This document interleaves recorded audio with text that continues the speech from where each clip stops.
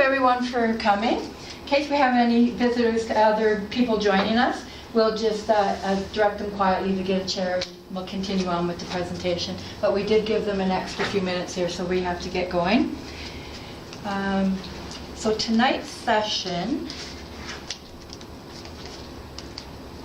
is caring for the caregiver. But first off, we have some housekeeping that we normally do at the beginning of every session. My name is Deb Angus. I'm the founder of this group. We started in November 2016. I'm a traumatic brain injury survivor warrior, author, speaker, and advocate. This is the book that I wrote, and over a 10-year period I wrote and researched, and I self-published in 2014. And it is available at the Calgary Public Library or through my website, or you can purchase it here at the meeting. And I'm a former admin research assistant at the University of Calgary. I worked there for 30 years. And my advisor here is Josie, and she's a concussion survivor warrior as well too. I think she's 3 years now into her journey and still adjusting to life changed, a life-altering injury, you call that, Carol? Yes. And she's a former healthcare nurse and still having difficulties. So why are we here? To help raise awareness about the seriousness of concussions and traumatic brain injuries, to help you understand the symptoms of a concussion, how easily these injuries happen, and the healing process for concussion and brain injuries.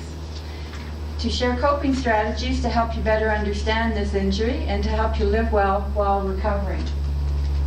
To help you recognize, I gotta turn the lights down a bit here, sorry.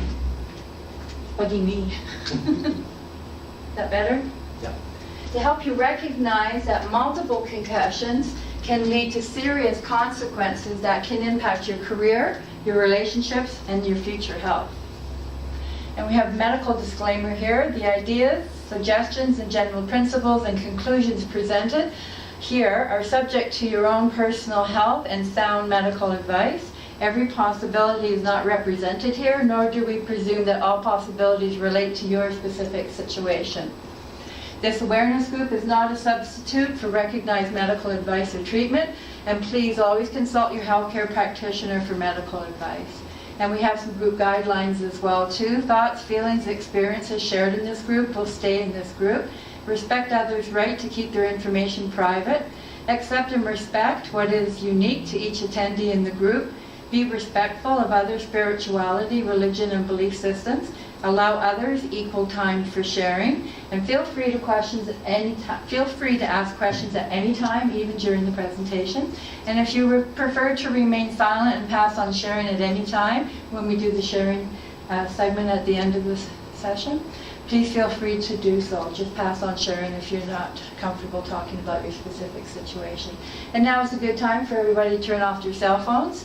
And if you do have to take any calls, please leave the room so as not to disturb others. Thank you. And our meeting structure is usually a 20-minute presentation, and then we have a 10-minute quiet time break. There are some people in the past who have requested breaks because they're fairly high symptomatic and they couldn't go through the hour and a half for the whole presentation. They needed a break. So I will have a slide up there. I will give you an opportunity to say yay or nay if you need a break before we continue. And then we have continue up our presentation for another 20 minutes. Sometimes we bring in guest speakers. And then we have a 20-minute or 30 to 40-minute sharing circle at the end. And so this is our session beginning now, Caring for the Caregiver. So in our last session in September, we talked about concussion and family dynamics. So I'll just do a quick little overview here because that also plays into the caregiving role. A concussion affects who a person once was. It can also affect who the primary caregivers of the family are during the recovery or healing process. Relationships, family roles, and responsibilities will experience change. Interpersonal communication can become a serious challenge to everyone connected with this scenario, especially those who may be dealing with their own feelings of shock, denial, anger, and depression that can accompany the losses from this injury. To learn more about concussion, how concussions affect families, please be sure to view our video from September 28th, Family Dynamics and Concussions, and we have videos posted up on Facebook and on YouTube. And so we're going to talk about first the concussion realm. Concussion is part of the traumatic brain injury continuum. This is the graphic that I designed to help simplify all the different terminologies people are coming across out there. And the biggest one for me, my biggest contention, is a lot of people are saying concussion is also mild traumatic brain injury. And as I explain this as we go along, and I have a few examples of people here who have been diagnosed as mild traumatic brain injury, and maybe they might want to speak up about the difference as well too. So concussion, we're going to concentrate on that, and with that also comes sometimes post-concussion syndrome and persistent post-concussion syndrome. And there's also second impact syndrome and chronic traumatic encephalopathy, CTE, that we hear from football players and hockey players. So this is all fully explained on our introduction video on what is a concussion. But we'll concentrate first on the concussion side of caregiving, and then we'll move over past the red line where you get into permanent territory under mild, moderate, and severe TBIs. This is a new slide I came across recently. It is dated 2016 from the Concussions Ontario. But they're talking here about how the prevalence of concussions by age group, and this is per 1,000 people. So under the age of 4, that seems to be where the biggest group is, that's most children. And the research I had before is that most undiagnosed or unreported, first reported concussion for children in Canada is usually around the age of 10. Mine, I was 8, and my husband, his was 7. So this here is new updated research, and now they're saying it's actually under 4 now, for people to be more aware of how it is happening. And the next biggest group here is the 5 to 12-year-olds. My first one, I was 8. And then the next one that comes up here is 60 out of 1,000 people is the 13 to 17 years of age. That's when I received my second concussion. I didn't know they were concussions at the time. And then the next big age group is 51 out of 1,000 citizens is 66 years and older, and those are attributed mostly to falls and car accidents. But falls are overtaking the stats as we get older because we're falling down and not thinking how serious it is. You fall downstairs or slip on ice, and just that jarring of the head is enough that's going to daze you and give you a concussion. And again, these stats here are, I want to point out this part here at the bottom, among those visiting emergency departments and family physicians. And the emergency part is a funny one because half of us don't go to emergency. Not unless you have a gash and you're bleeding or you have a broken bone. That's usually the only time people go to emergency. But a lot of people are now starting to go to the family physicians. And that is a big change, I'd say, in the last 5 years or so. And again, what is a concussion was our introductory video, and they're posted on Facebook and YouTube.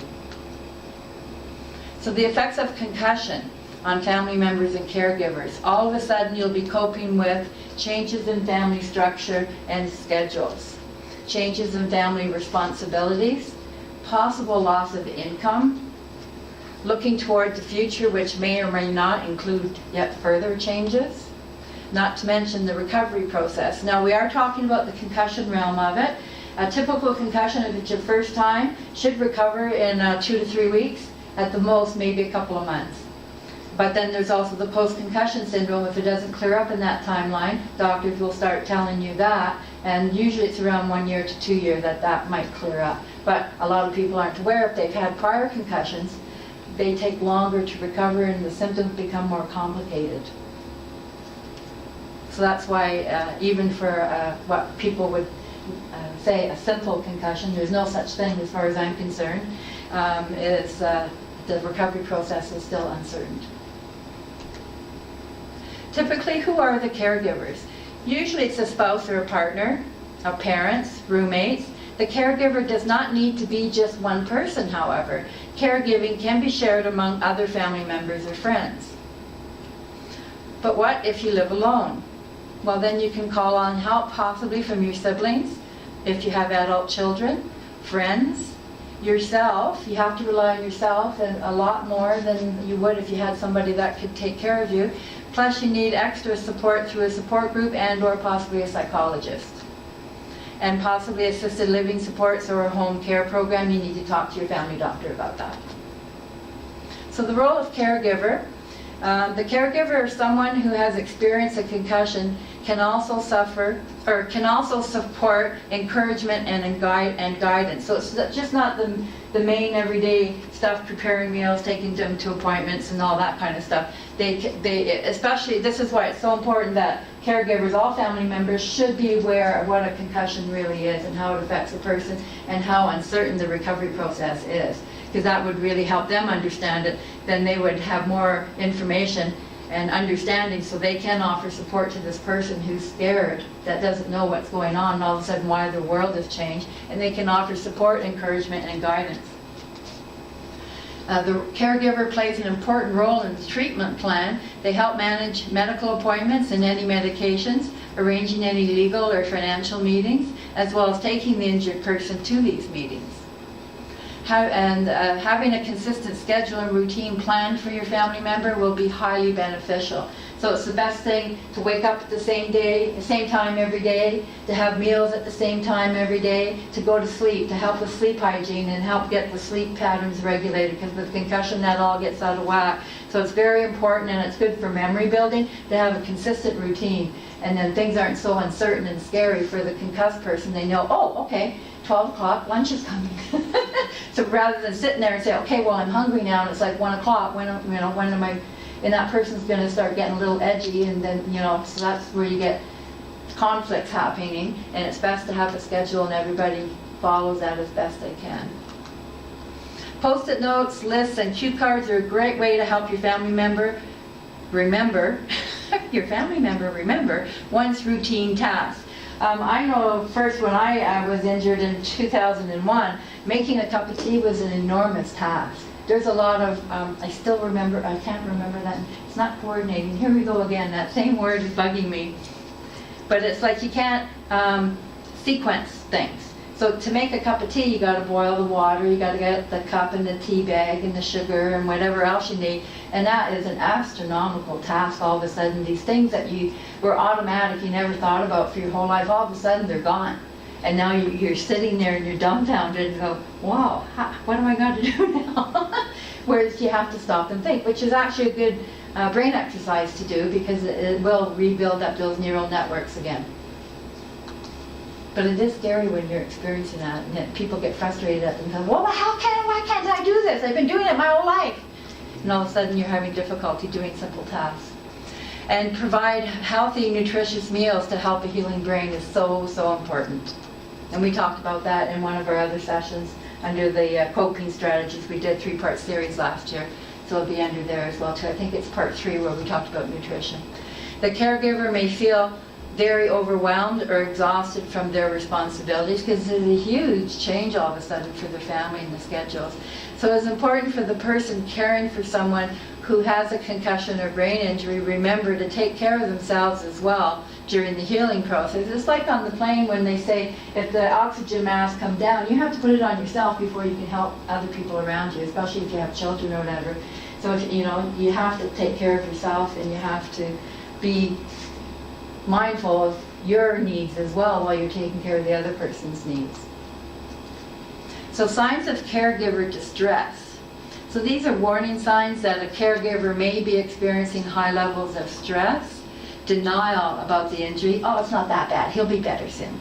Social withdrawal, because it gets embarrassing, especially if you've had a couple friends and all that kind of stuff, and it's hard to invite people over because all of a sudden your spouse now isn't behaving the same way, or he gets tired, or it's just not the same, and it's easier just to withdraw and not bother with anybody than have to explain it or put your spouse through all this extra turmoil. It's supposed to be a social fun event, but then if the other people aren't well educated about what a concussion or brain injury does and how it affects a person, they're going to say, like, I'm not coming back here anymore. So a lot of times it's just easier just to withdraw and just stay in your own home. But these are things that we have to be aware of with the caregiver. They still need their social outlets. Health problems usually show up, both physical and psychological. Irritability, lack of concentration, and changes in relationships or anger towards the person with the brain injury. This is very, very common, especially if you're not well educated on what a brain injury really is. And support for the caregiver might include family therapy, individual counseling for caregivers, peer support groups, either local or online, case management services, legal supports and respite resources. Most interventions should provide the family with ongoing education to help them understand this non-visible injury and the healing process that is usually involved. I think we did that in the last session as well too. Some of the hurtful things some family members are saying to concussed and brain injured people because they just don't understand it. The awareness of concussions within the general public is abysmal. It's very sad. That's why I started this group. So interventions should also include a focus on the caregiver, taking good care of their health, and using problem-solving strategies and strategies for managing stress. The best way to take care of others is to take care of yourself first. So now we move over across the red line. We're getting into permanent territory here now with mild, moderate, and severe traumatic brain injuries. I was diagnosed as mild, borderline moderate as a result of multiple concussions throughout my lifetime. And I wasn't aware that the 3 priors were actual concussions. I just considered them childhood accidents. But they turned out to be serious enough. I was knocked out cold on all of them, but no lingering symptoms afterwards. So it's like I was a walking time bomb, I guess, and I didn't realize it until the 4th one came along and game over. My life was never the same. And and a lot of times people don't even need multiple concussions to get into the permanent territory. Sometimes they have an injury that is severe enough, life-threatening enough, they will automatically be put into the mild, moderate, or severe traumatic brain injury territory without having multiple concussions. So brain injury in Canada, we're now into the permanent territory here. Children and youth represent 30% of all brain injuries in Canada. These are stats from Brain Injury Canada. Brain injury is the leading cause of death and disability for Canadians under the age of 40. Approximately 1.5 million Canadians live with the effects of acquired brain injury. Acquired brain injury is a major public health concern, yet it does not receive the attention it should. Currently, a national strategy exists for stroke, spinal cord injury, cancer, cardiac care, kidney disease, but nothing exists for brain injury. And so a lot of us were talking before the session started, and we're finding we're on our own. And we're not getting the right information or the right direction from our family doctors. That this is changing. It is a slow process, but it's just shocking that this happened to me back in 2001. And I had to do my own research and figure out what the problem was and then fight for the testing to prove it. So it shouldn't be that way. So there is change coming forth across Canada. I'm actually reading a document now about the brain strategy for all of Canada, but I have to get through that yet to find out what they're planning. So the effects of brain injury on caregivers, they're dealing with grief because all of a sudden the person that they've known for many years and lived with for many years is not the same anymore. They are a different person, their personality has changed, their sense of humor has changed, they're tired all the time. Maybe they don't even like the same foods anymore, maybe they don't even like wearing the same clothes that they used to wear. So everything's different all of a sudden, especially if you don't understand brain injury. They're saying, well, this isn't the person I married. I didn't sign up for this. So they are going through a lot of grief and saying, well, we got to make this work, so we got to figure this out. They're also coping with many changes. So sometimes, in my case as well too, my husband wasn't able to work, and so it's just, and he was undiagnosed. I didn't figure it out myself until 11 years afterwards when I was diagnosed. And once I recognized the symptoms, I go, oh my God, we've been living that for 11 years. I had no idea. That's when I got angry. I said, families need to know about this, and that's when I started writing and researching. The caregiver is also dealing with the uncertainty of the progress and the timeline for recovery. Especially with traumatic brain injuries, 100% recovery is never to be expected. Like Dean was saying earlier, is that a lot of times we have deficits that they discovered through the testing, and they give us strategies, that they call it compensatory strategies, to work around what your brain can't do right now. And over time, it will rewire itself and it will build up new neural networks, and you can do those things again, but it's not the same as what it was before. And you'll find maybe the person's a little slower or get tired still, and you still have to be very mindful of your environment and that type of thing. So it's never that person gets back to 100% and life goes on. This is a thing you have to manage for the rest of your life. There's also concerns about the future. You know, like, can you maintain your house? Are you going to be able to do the world traveling that you always wanted to do? Stuff like that comes up. So people just start questioning all of a sudden everything and all the goals that they once had in life. And believe me, so is the survivor. There are so many losses, and I've got goosebumps now thinking about it, because there was a person I wanted to be at one time in my life, and that person is gone. I can't do that anymore. So now I've had to go down a different road and discover a new person. And I think I've done it, but it took a lot of work and many, many years. And becoming overwhelmed, angry, and anxious and depressed. And it's kind of funny because the injured person's also dealing with anxiety and depression, so it's just like, wow, I can see, and especially in my household, there was 2 brain injured people, and we'd be bouncing off of each other. But I didn't have the anxiety and depression, but mine were more physical, the senses and everything, the vision, the eyes, the hearing, the balance, the left side weakness, that type of thing. But I didn't have the emotional stuff other than the uncertainty and the being scared all the time, not knowing where I was going to end up. And the biggest concern for me was keeping my job. Recovery and the TBI caregiver. The process of recovery following a TBI can be long and demanding for both the survivor and the family. Caregivers typically progress through several phases of recovery following a family member's TBI. And there's a lot of setbacks. Recovery is not from point A to point B. A lot of times it's like taking 2 steps forward and 1 step back type of thing, or sometimes 4 steps back.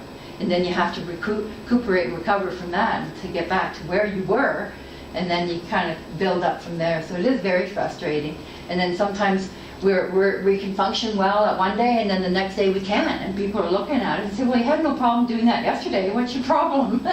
And this is just our new way of living now. So it's very important for family members to be aware of that, and our caregivers as well. And during the acute care hospital stay, and this is for people who were in bad accidents and that type of thing. I myself, never went to emergency. We were rear-ended at a red light, but just I never got better, and I never was that same person anymore. But then there's these people that have bad accidents, and they're in the hospital and dealing with all this kind of stuff. There's a lot of stress going on with both members. All family members are involved in here, and you don't know what's going to happen. So during the acute care hospital stay, caregivers often neglect their home and work responsibilities, and they may have difficulty transitioning back to their pre-injury activities. They may have to take a practical approach or pull together with friends and family for support to meet basic needs. Emotions include disbelief, grief, and difficulty with acceptance. Once the survivor transitions to a rehabilitation program, and sometimes that could be in a facility, sometimes you can just be an outpatient, and you report back to the hospital or the clinic a few times, or sometimes you've progressed enough that they give you a rehab program and you maintain it yourself at home. So caregivers tend to report hopes for a rapid recovery once the person leaves recovery. But that sometimes could be a false hope, because a lot of times it's not rapid. Like I said, it's a lifelong managing life process. It may also have decreased social support and increased level of awareness that some changes in the survivor may be permanent. This is scary. I know when I finally realized that about myself, and I'm just like, and I don't know if I ever shared that with my husband, because it was just like, it was too scary and I was too uncertain, and I just didn't want to go down that road. And I would say, I'm going to prove them wrong, I'm going to get better. And I tried for 4 years, and then I had to admit it's not going to happen. As often is the case, many caregivers assume the responsibility of providing the majority of care for the TBI survivor once rehab is complete. When thinking about the future, many caregivers experience a grieving process that includes redefining themselves, fear of long-term caregiver stress, and redefining their expectations. I remember when I had to accept that, okay, this is as best as I'm going to get. I still have all these deficits I have to deal with. I have to learn to manage them. I have to learn to work around them while I'm also maintaining my regular life. And it was just, it's the loss of self is what the survivor is dealing with. But the caregiver is also dealing with that because they've also lost part of their self because their life has also been torn up by this injury as well too. So there's a lot of emotions and stuff swimming around here. So that's why counseling is so helpful. And education about what a brain injury really is and what the process, the recovery process is like. So TBI Caregiver Well-being. Caregivers are providing the bulk of care for the injured person. They can experience changes in their physical and psychological well-being. The impact of changes depend on the level of injury. Like what if it was a severe traumatic brain injury and the person is wheelchair bound for the rest of their lives? You know, that's a huge difference to have to deal with all of a sudden. We call ourselves the walking wounded. The ones that are not immobilized and that type of thing, but we still have this same, similar, I should say, care requirements. The level of injury, survivor needs. So a lot of times people might have tracheotomies and tubes and stuff like that. They, you know, and sleeping apparatuses and all that type of thing. And there's also depends on the family coping styles. Most families, I think, tend to ignore things and just hope it goes away and things will get better. That's not a good coping style. And social support is required, and cultural family background. All these changes, the impact of changes, depend on all these aspects of a family unit. Research has found that caregivers may experience greater distress than the TBI survivor.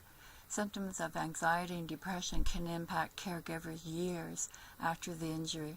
So this is why it is so important for awareness and education about what a brain injury really is to help lessen these impacts on the caregiver, and as well super important for caregivers to have access to support services, psychological counseling, and family members, friends getting together and helping out and understanding exactly what the situation is now for this family.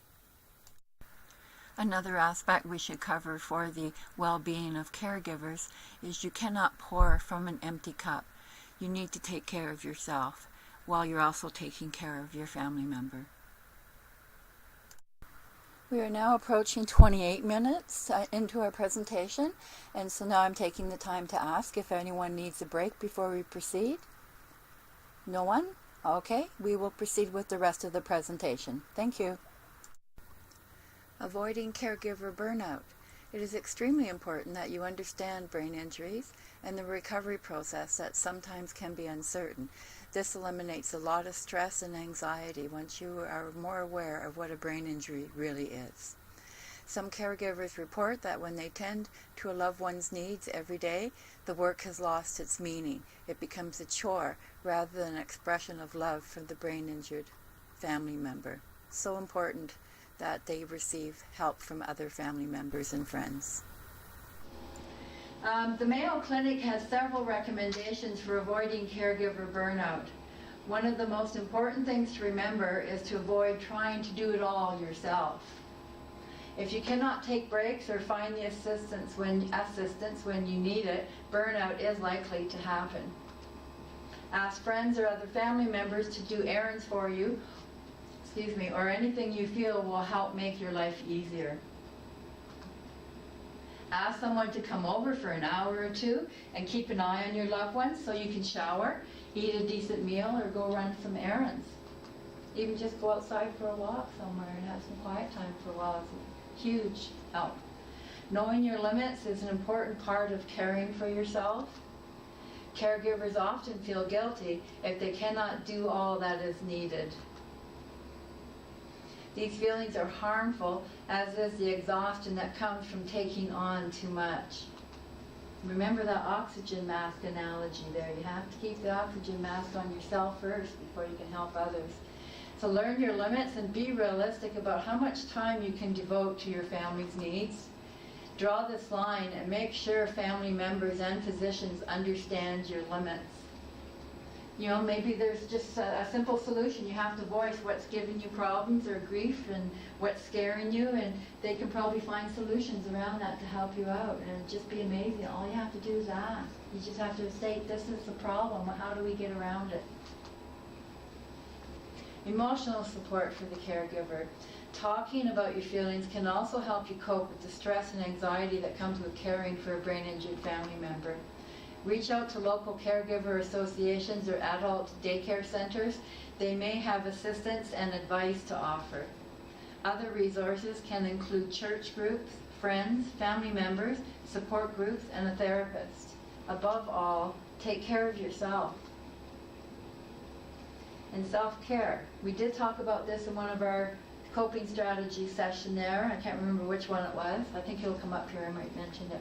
Self-care is care provided for you, by you. And this is hard for, I think, a lot of caregivers to realize, because they've taken this job on that it's their job to take care of their loved one. But now all of a sudden, here the self-care is coming at them, and they have to care for themselves, by themselves. It might be a bit overwhelming, but once you get into it and once you start taking care of yourself, you realize, oh, okay, this feels good. I should do this at least once a week, maybe twice a week. Every day. Yeah, every day. Well, that's one of my coping strategies. I was soaking the tub with Epsom salts and essential oils for 30 to 40 minutes every morning. I did that for 7 years. Yeah. It's about identifying your own needs and taking steps to meet them. So you have to figure out what it is that would make you feel a little less stress at the moment. You know, if it's buying a special flavored tea or something, or just going out and meeting friends for, you know, an hour or something like that. You just have to, whatever is going to help you just feel, you know, even just going out in the backyard and sitting on the deck and just enjoying the sunshine or something like that. Just simple things. It doesn't have to be anything that costs a lot of money, but something that's going to clear your mind and clear your heart and just, you know, find your strength again and center yourself, because you scatter yourself to too many things and too many activities that are going on that you feel you got to do it all. That's where the burnout's going to happen, and that's why the self-care is so important.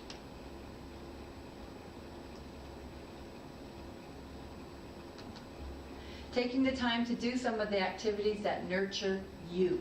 Don't listen to anybody else. You know in your heart what would make you feel better. Those are the things you got to go out and redo again. And these were part of your life probably before the injury happened. And now you got to get back to those and say, oh, I haven't done that in like 5 years. I guess I should try that again and see how that goes. Taking proper care of yourself and treating yourself as kindly as you treat others. I don't know why we have trouble doing this, especially women. We're always the caregivers of families, it seems. But in a family, what happens if the female is injured and the husband has to do that, and he's also the breadwinner? Like, how do you juggle all this? And it's very difficult. So here are some examples of self-care for caregivers. Walks in nature, humor, aromatherapy, listening to positive affirmations, relaxation guided meditations, bathtub therapy, spiritual reading. So we did cover all aspects of self-care for the TBI and concussion survivors, but it also applies to caregivers. So you can watch our video from March 29th, 2018, Coping Strategies Part 1. We have videos posted up on both Facebook and on YouTube. So please do view those videos, and you can get more information and ideas about the importance of self-care. Even though you may feel selfish providing for your own needs when a loved one needs your help, but you do owe it to yourself. Take breaks for your interests and make these breaks part of your daily routine. Eat a healthy diet and get enough sleep each night. Only by taking proper care of yourself will you be able to offer the best care and support to others. Make yourself a priority once in a while. It's not selfish, it's necessary. It is also important that other family members should also recognize the time and sacrifices provided by the caregiver and not assume this role is a given or to be taken lightly. They need to verbalize their appreciation and make offers to help in any way they are able. The caregiver does not need to be just one person. Caregiving can be shared among other family members or friends. An example I have here as well too, there was a meteorologist down in the US, and the news company did a video on his struggles with concussion. And a great example was that his 6-year-old daughter couldn't understand why he was laying in bed and had his eyes covered up with a towel, and why he wasn't able to read her bedtime stories anymore. And it was so sweet that he said, out of nowhere, she came over and decided, she said, "Okay, Daddy, I'm going to read to you." And so that's another example that the caregiver doesn't just have to be one person, it can be all family members. And it is also very important for the caregiver to be aware that the TBI person themselves may have difficulty seeing your struggles. It's not that they're taking you for granted. Their view of the world has become centric because they're having such difficulty dealing with everything, and their vision has closed right down to a small circle while they're trying to figure out what's going on and how to live with this. So it's not like they're not recognizing what you're doing. They do appreciate that. It's just that they're not seeing it at that time. And eventually over time it will get better, and they will start to incorporate your help and their appreciation for your help. But it does take time, and it's important for caregivers to be aware of that. And as well, not recognizing how their injury is affecting the family. Again, it's that centric view of a TBI person. Until they start making more headway in their recovery, it will improve over time, but people need to be aware, the family members, especially the caregiver, needs to be aware of the perspective like that for the TBI person. A TBI person is struggling so much with their new way of living with and trying to understand their own TBI. And eventually, like I said, with time and recovery, they will start to widen their view and see more of how their way of living now is different and how it could be affecting others around them. So really here, the caregiving role for a brain injured person needs to incorporate the entire family, and it really helps if everyone is well educated and knowledgeable about what a brain injury really is and how it affects a person. And one person should not be left out or ignored or be angry and not understand the healing process for a TBI person. It can take years. And like I said earlier, 100% recovery is rarely to be expected. There will always be ongoing deficits to deal with and to manage for the rest of their life. So the goal here is to have a happy family, and everybody understanding the situation that their loved one is up against with a brain injury, and that everybody understands and there's no conflicts, no anger, and everybody understands and is pitching in together as well too to help as a full family unit.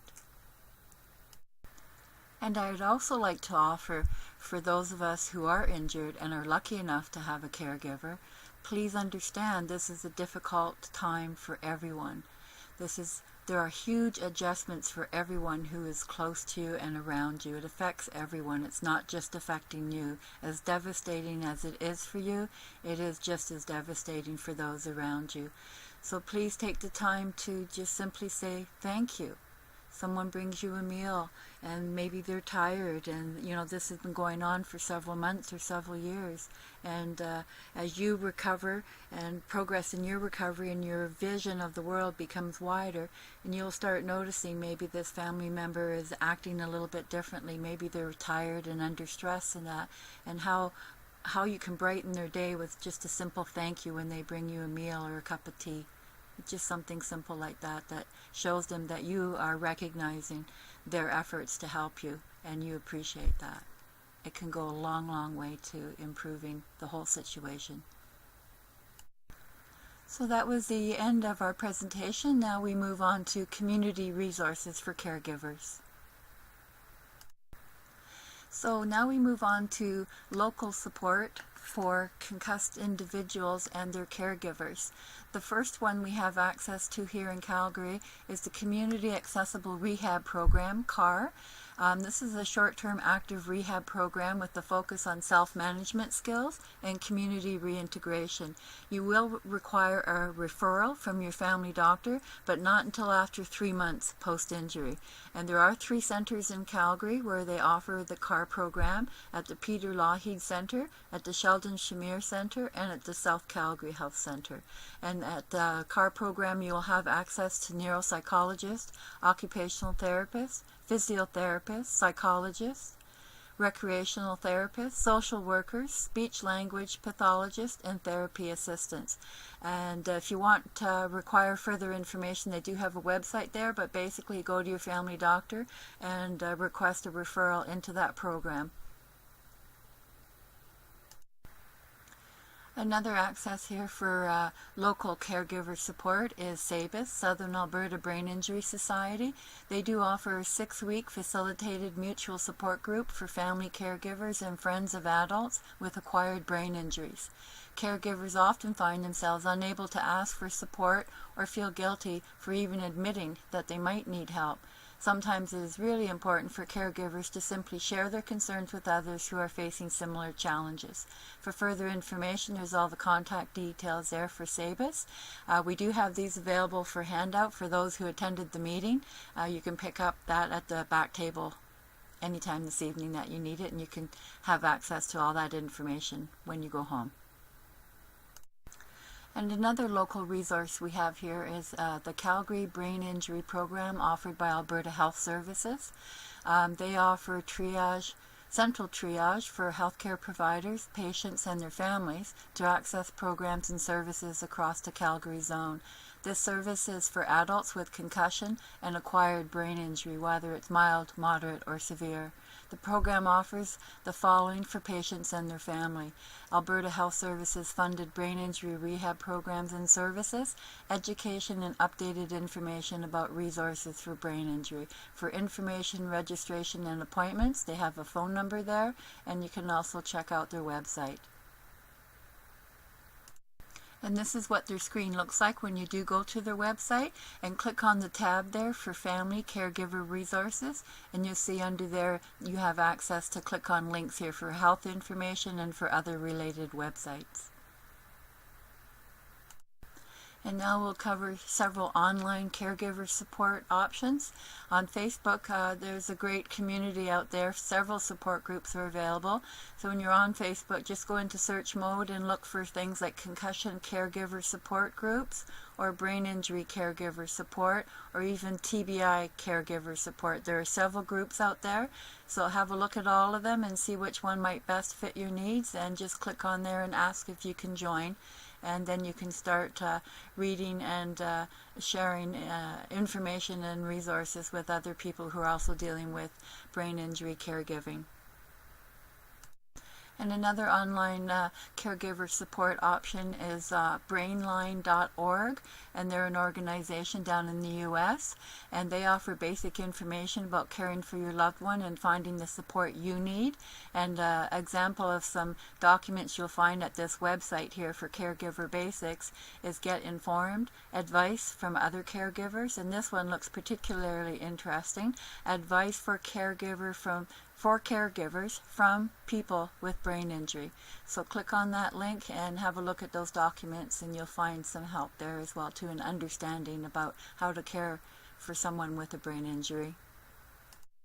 And also from brainline.org is a document here called Stress Management Following Brain Injury, Strategies for Families and Caregivers. And there's the website there. You can check that out for great information as well. And this is another online caregiver support option, the Center of Excellence for Medical Multimedia, CEMM, and it's down in the U.S. And there's a website there for caregiver guides that are printable.